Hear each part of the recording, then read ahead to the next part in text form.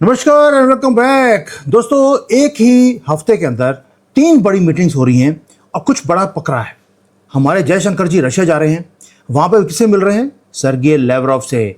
हमारे अजीत डोभाल जी चाइना में बैठे हैं आज की डेट में, वहां पर वांग ही के साथ मीटिंग हो रही है। और मोदी जी सेंट्रल एशिया की विजिट करने जा रहे हैं किर्गिस्तान में, वहां पर एससीओ की समिट है। सब कुछ एक हफ्ते के बीच में हो रहा है। दैट मीन्स कुछ है जो हम करने जा रहे हैं, वो बताऊंगा क्या है और आप शॉक हो जाएंगे। जो हो रहा है वो ग्रेटेस्ट जियोपॉलिटिकल शोडाउन है। क्यों? क्योंकि पाकिस्तान ब्रिक्स के अंदर एंट्री लेने की कोशिश कर रहा है, इसलिए ये सारी मीटिंग्स पैरेलली हो रही हैं, एक रशिया में एक चाइना में।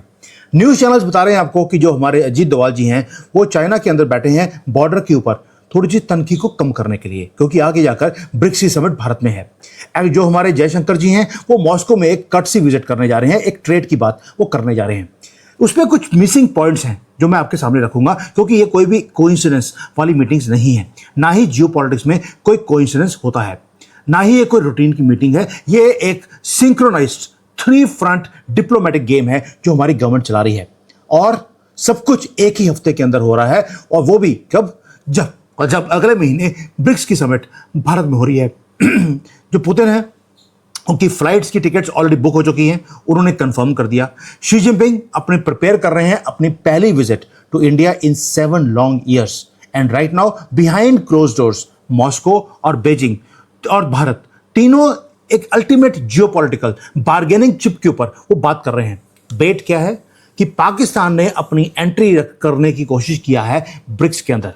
चाइना हामी भर रहा है, रशिया भी हामी भर रहा है। भारत ने बोल दिया भाड़ में जाओ, हम नहीं करने देंगे, क्योंकि हमारे पास वीटो पावर है। आपको जानना पड़ेगा, ब्रिक्स के अंदर एक कंसेंसस होता है, जब तक सारे प्लेयर्स हाँ नहीं बोलेंगे तब तक कोई भी किसी की एंट्री नहीं करवा सकता।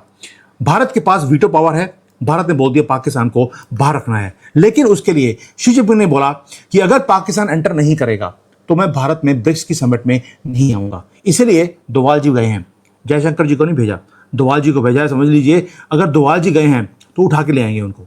अब थोड़ा सा डीपली देखते हैं, अगर पूरे सिस्टम को देखें आप, कि 3 अनरिलेटेड इवेंट्स आपके सामने दिखते हैं, लेकिन वो सारा का सारा एक ही हफ्ते में आ रहा है और ये अनरिलेटेड नहीं है। क्योंकि जो प्रधानमंत्री मोदी जब जाएंगे एससीओ की समिट में किर्गिस्तान में, वहां पर एक इंपॉर्टेंट पार्ट ये है कि पाकिस्तान भी वहां पर है एससीओ में, और अगले साल की जो चेयरमैनशिप है एससीओ की वो पाकिस्तान को मिलने वाली है। पहली बात ये है। दूसरा, तो किर्गिस्तान है, उज्बेकिस्तान है, ये सारे चाहते हैं एक डायरेक्ट रिलेशनशिप, एक direct railway line between their country and Bharat. बीच में पीओके आता है, इसलिए ये वाली मीटिंग बहुत इंपॉर्टेंट हो जाती है। दूसरा है, जो हमारे जयशंकर जी हैं, जब मॉस्को में जाकर वो वहां पे बैठेंगे, किसको मिलने जा रहे हैं? जो उनका डेप्यूटी प्राइम मिनिस्टर है डेनिस मांतरोव, उनके साथ, और लेवरोव, दोनों के साथ मीटिंग है। ये मांतरोव कौन है? ये वही आदमी है जिसने बोला था कि एक रेलवे लाइन मॉस्को से न्यू दिल्ली वो पड़नी चाहिए। बीच में रास्ते में क्या आता है? पीओके आता है। तो ये 2 मीटिंग तो आपको समझ आ गई कि क्यों आ रही है। तीसरा है हमारा अजीत डोभाल जी, वो बैठे हैं चाइना में। वो वहां पे क्यों बैठे हैं? वो वांगी से मीटिंग करने वाले हैं। ये वही चाइना है जो हमारी रेलवे लाइन, जो रशिया से सेंट्रल एशिया और सेंट्रल एशिया से भारत बनाने की हम बातें कर रहे हैं, चाइना वो नहीं चाहता। क्यों? क्योंकि चाइना का अपना एक जो बीआरआई है वो चाह रहा है पाकिस्तान में, तो एक लाइन ऐसे जा रही है, दूसरी ऐसे क्रॉस करेगी, वो ये नहीं चाहते। इसलिए ये सारे के सारे जो है ट्रिप्स, ये आइसोलेटेड नहीं है दोस्तों। अब एक एक कर ये सारी चीज़ों को कनेक्ट करते हैं। आप टाइमिंग देखिए, अगस्त 23 से लेकर 25 तक भारत के टॉप सिक्योरिटी नेगोशिएटर वो चाइना में हैं। एट द सेम टाइम जब जयशंकर जी उसी वक्त रशिया में बैठे हैं, दैट मीन्स 2 चीज़ें पैरेलल चल रही हैं। एक आदमी चाइना को मनाने की कोशिश कर रहा है, दूसरे वाला रशिया को मनाने की कोशिश कर रहा है। क्योंकि 3 हफ्ते बाद ब्रिक्स के अंदर जब समिट आएगी, ब्रिक्स की समिट न्यू दिल्ली में आएगी, और वहां पे क्योंकि हमारे पास चेयरमैनशिप है इस साल की, ये कोई फोटो ऑप की मीटिंग नहीं है। ये समिट डिसाइड करेगा next wave of BRICS expansion, plus West की जो हेजीमनी है उससे बाहर निकलने का एक तरीका इस मीटिंग में निकाला जाएगा। आज वेस्ट की हेजीमनी के ऊपर बात नहीं करेंगे, हम सिर्फ ब्रिक्स की एक्सपेंशन की हम बात करेंगे। क्योंकि एप्लीकेशन के अंदर एक एप्लीकेशन आई है, वो है पाकिस्तान की। क्योंकि पाकिस्तान को लगता है कि इनकी एक नई करेंसी आएगी तो मुझे वहां से भीख मिल जाएगी। अब अमेरिका और चाइना से मिलने वाली नहीं है, लेकिन ब्रिक्स से मुझे भीख मिल सकती है। तो पाकिस्तान ने अपनी अर्जी दे दी, अब तक नहीं दी थी। और ये सारा का सारा एक समिट जो न्यू दिल्ली में है, वहां पर सोचिए पाकिस्तान के बारे में बात हो रही है, ब्रिक्स की समिट भारत में है।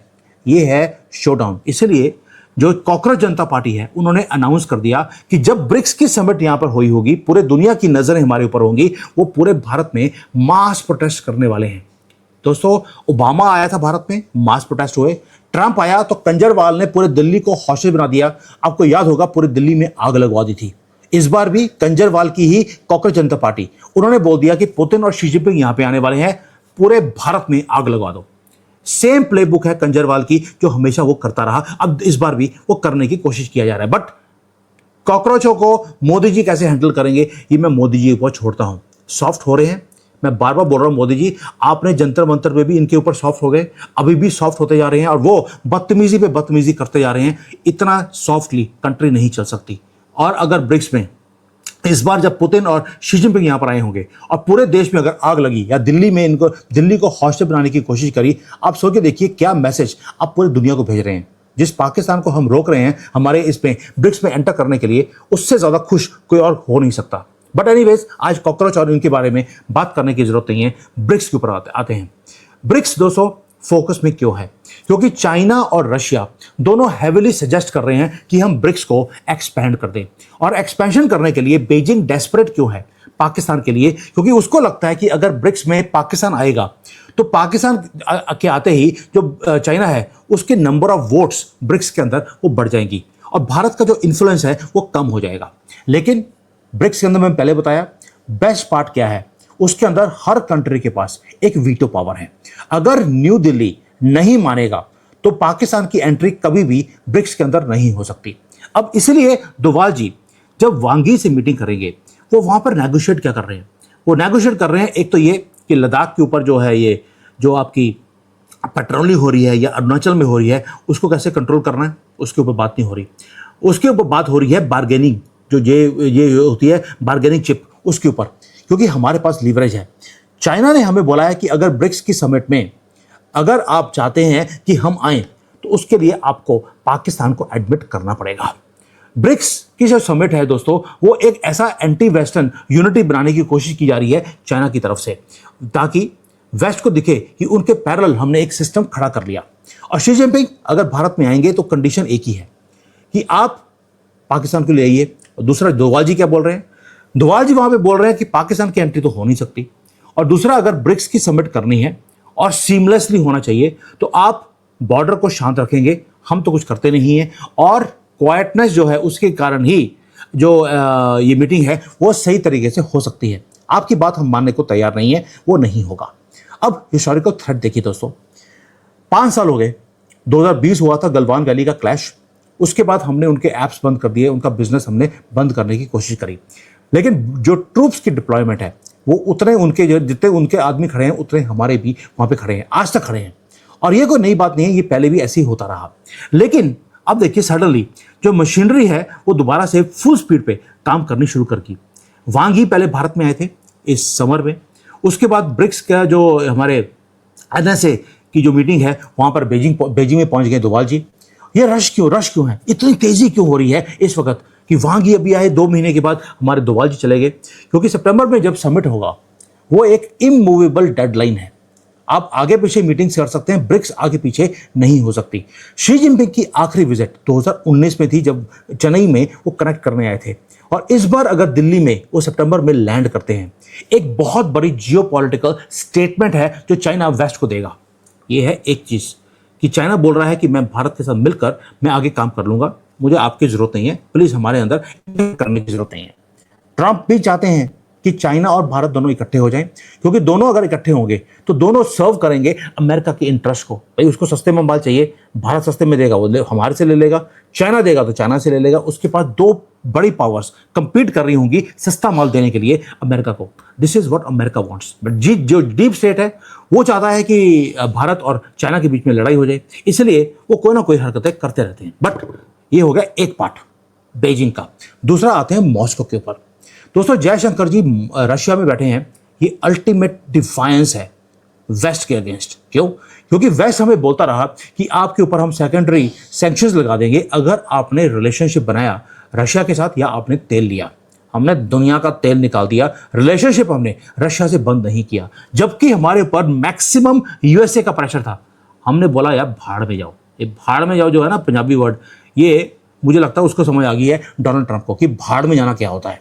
अब जयशंकर जी क्या कर रहे हैं, वो जाते हैं वहां पर एक बैकरूम मीटिंग के अंदर, मीटिंग होती है रशिया के अंदर। वहां पर वो पब्लिकली एक मीटिंग है जो टीईसी की, IRSGC टीईसी की मीटिंग है, जिसका मतलब है ट्रेड, इकोनॉमी और साइंटिफिक कॉपरेशन के ऊपर हम बात कर रहे हैं। ये तो है मीटिंग दिखाने के लिए। पीछे क्या हो रहा है दोस्तों, ये जो हमारा रिलेशन है रशिया के साथ, वो कोई छोटा मोटा रिलेशन नहीं है। वो रिलेशन है बायलैटरल रिलेशनशिप, जहां पर वो हमारे साथ और हम उनके साथ खड़े हैं। जब लैवरोव से मीटिंग होगी तो हम वहां पर इकोनॉमिक इंफ्रास्ट्रक्चर के बारे में जब बात करेंगे, क्योंकि रशिया की इकोनॉमी आज सर्वाइव कर रही है भारत और चाइना के कारण, यानी कि एशियन डिमांड के कारण। पुतिन भारत में आ रहे हैं, उन्हें मालूम है उन्हें लीवरेज चाहिए ब्रिक्स के अंदर, उन्हें भारत चाहिए। भारत जो उनसे सामान खरीदता है सारी दुनिया से पीछे हटकर। चाइना ने भी अपनी परचेजेस रशिया से कम कर ली, हमने डबल कर ली हैं, इतना प्रेशर होने के बाद भी।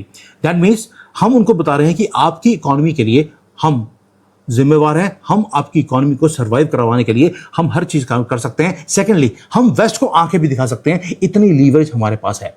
बस उसके बदले में हमें भी कुछ चाहिए। डिप्लोमेसी में गिव एंड टेक होता है, आप पहले देते हैं। हमने दिया क्या, हमने उनको पैसे दिए ताकि हम उनसे माल खरीद सकें। और दूसरा है, हमारा मैसेज बिल्कुल क्लियर है, अनरिटन मैसेज है। हम वेस्ट की डिक्टेशन के सामने हम नहीं झुकेंगे। दूसरा, आप भी जो मल्टीपोलर वर्ल्ड बनाना की कोशिश कर रहे हैं, हम आपके विजन के साथ हम खड़े हैं। लेकिन जो आपका विजन है कि ब्रिक्स की एक्सपेंशन के अंदर पाकिस्तान आना चाहिए, वो हम एक्सेप्ट नहीं करेंगे। अगर आप चाहते हैं कि हम यूएसए को इग्नोर करें, तो आप पाकिस्तान को आप भी इग्नोर कर दीजिए। ये है हमारा मैसेज। और दूसरा, जो आपने बोला था कि रशिया से लेकर दिल्ली तक एक रेलवे लाइन आनी चाहिए, we are game, we are into this. बस आप जो बीच में ब्लॉकेज है पीओके का, उसमें आप हमारी क्या हेल्प कर सकते हैं, ये आप हमें बता दीजिए। ये दो चीज़ें हैं जो जयशंकर जी बैठकर वहाँ मीटिंग कर रहे हैं। और अभी देखेंगे आप, ब्रिक्स की समिट होने दीजिए, आपको अजीत डोभाल रशिया में बैठे हुए आपको दिखाई देंगे। और उसके बाद समझ लीजिए पीओके आपके पास आने की तैयारी में हो जाएगा। अब ये तो हो गया हाई स्टेक्स का मल्टी डायमेंशनल चेस बोर्ड, जहां पर डोभाल जी जो हमारा बॉर्डर है उसको सिक्योर कर रहे हैं चाइना के साथ। दूसरा, उनको समझा रहे हैं कि बेटा वीटो पावर हमारे पास है, पाकिस्तान की जिद छोड़ दो। जयशंकर जी जो एनर्जी की लाइन है, रेलवे लाइन है, उसको सिक्योर कर रहे हैं। प्लस हम उनको भी बता रहे हैं कि पाकिस्तान की जिद छोड़ दो। और मोदी जी एससीओ की समिट में बैठे हैं, वहां पर एनर्जी सिक्योरिटी की वहां पर ऑलरेडी एग्रीमेंट्स करने शुरू कर दिए। ये सारा कुछ डायरेक्टली जो ब्रिक्स की समिट है वहां पर ये कल्मिनेट होगा। But there is one thing which is missing, वो है यूनाइटेड स्टेट्स। भाई सबसे बड़ा स्टेक होल्डर तो यूनाइटेड स्टेट्स है।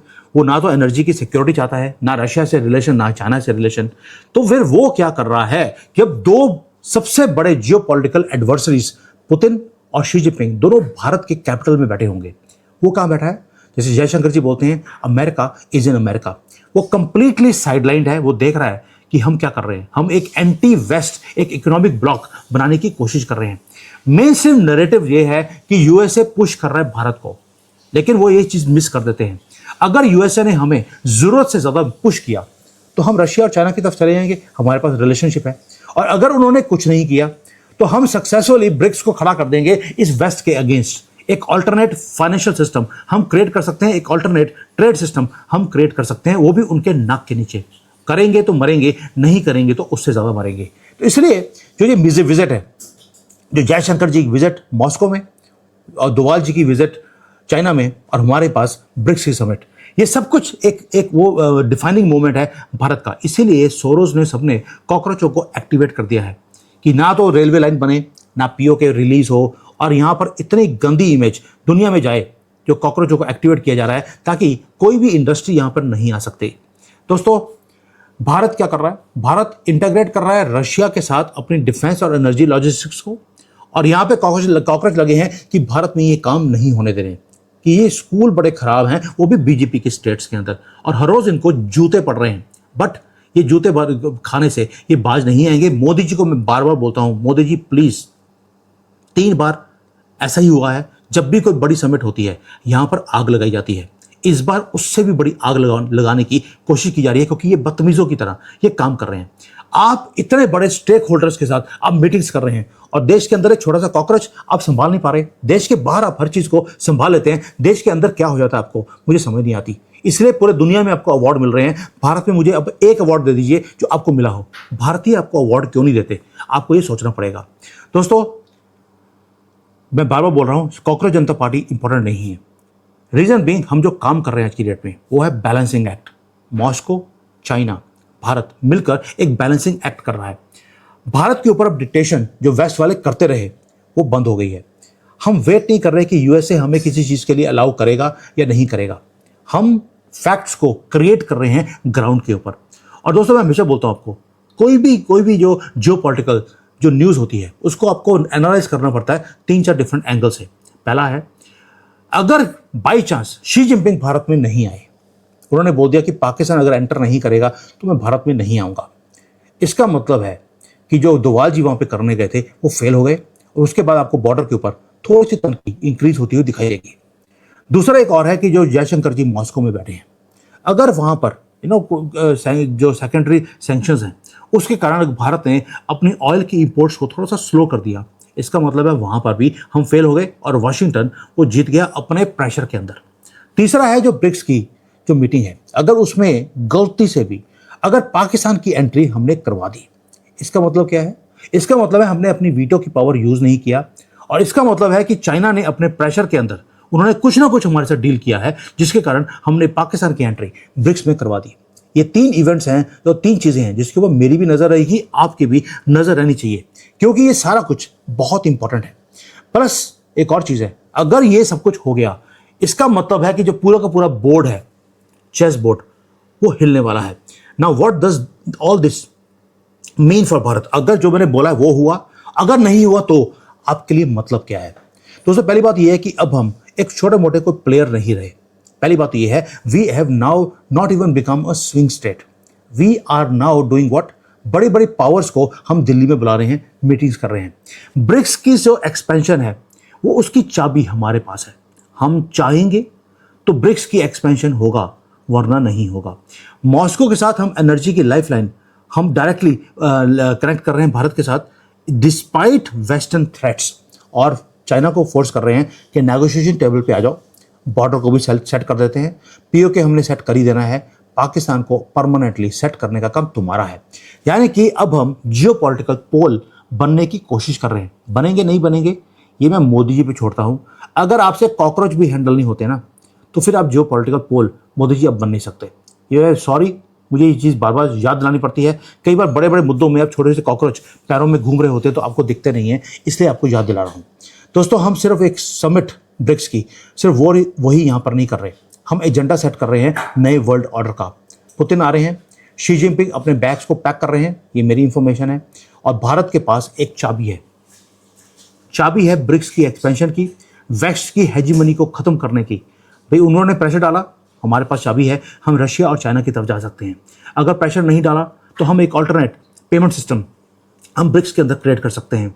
और लास्ट चाबी है कि ब्रिक्स के अंदर पाकिस्तान आएगा या नहीं आएगा। हम नहीं चाहते कि एक भिखारी और ब्रिक्स के अंदर एंटर करे और ये आए तो ये ब्रिक्स में से ब्रिक्स निकाल के ले जाएंगे। ये इतने भिखारी हैं, इसलिए इनकी एंट्री हम नहीं होने देंगे। ये है अल्टीमेट चीज़ जो ये 3-4 मीटिंग्स जो हो रही हैं। अब आगे देखते रहिए, इनकी जो प्रेस रिलीजेज हैं आपको इसी लाइन में आपको आती हुई आपको दिखाई देंगी। थैंक यू, जय हिंद, वंदे मातरम।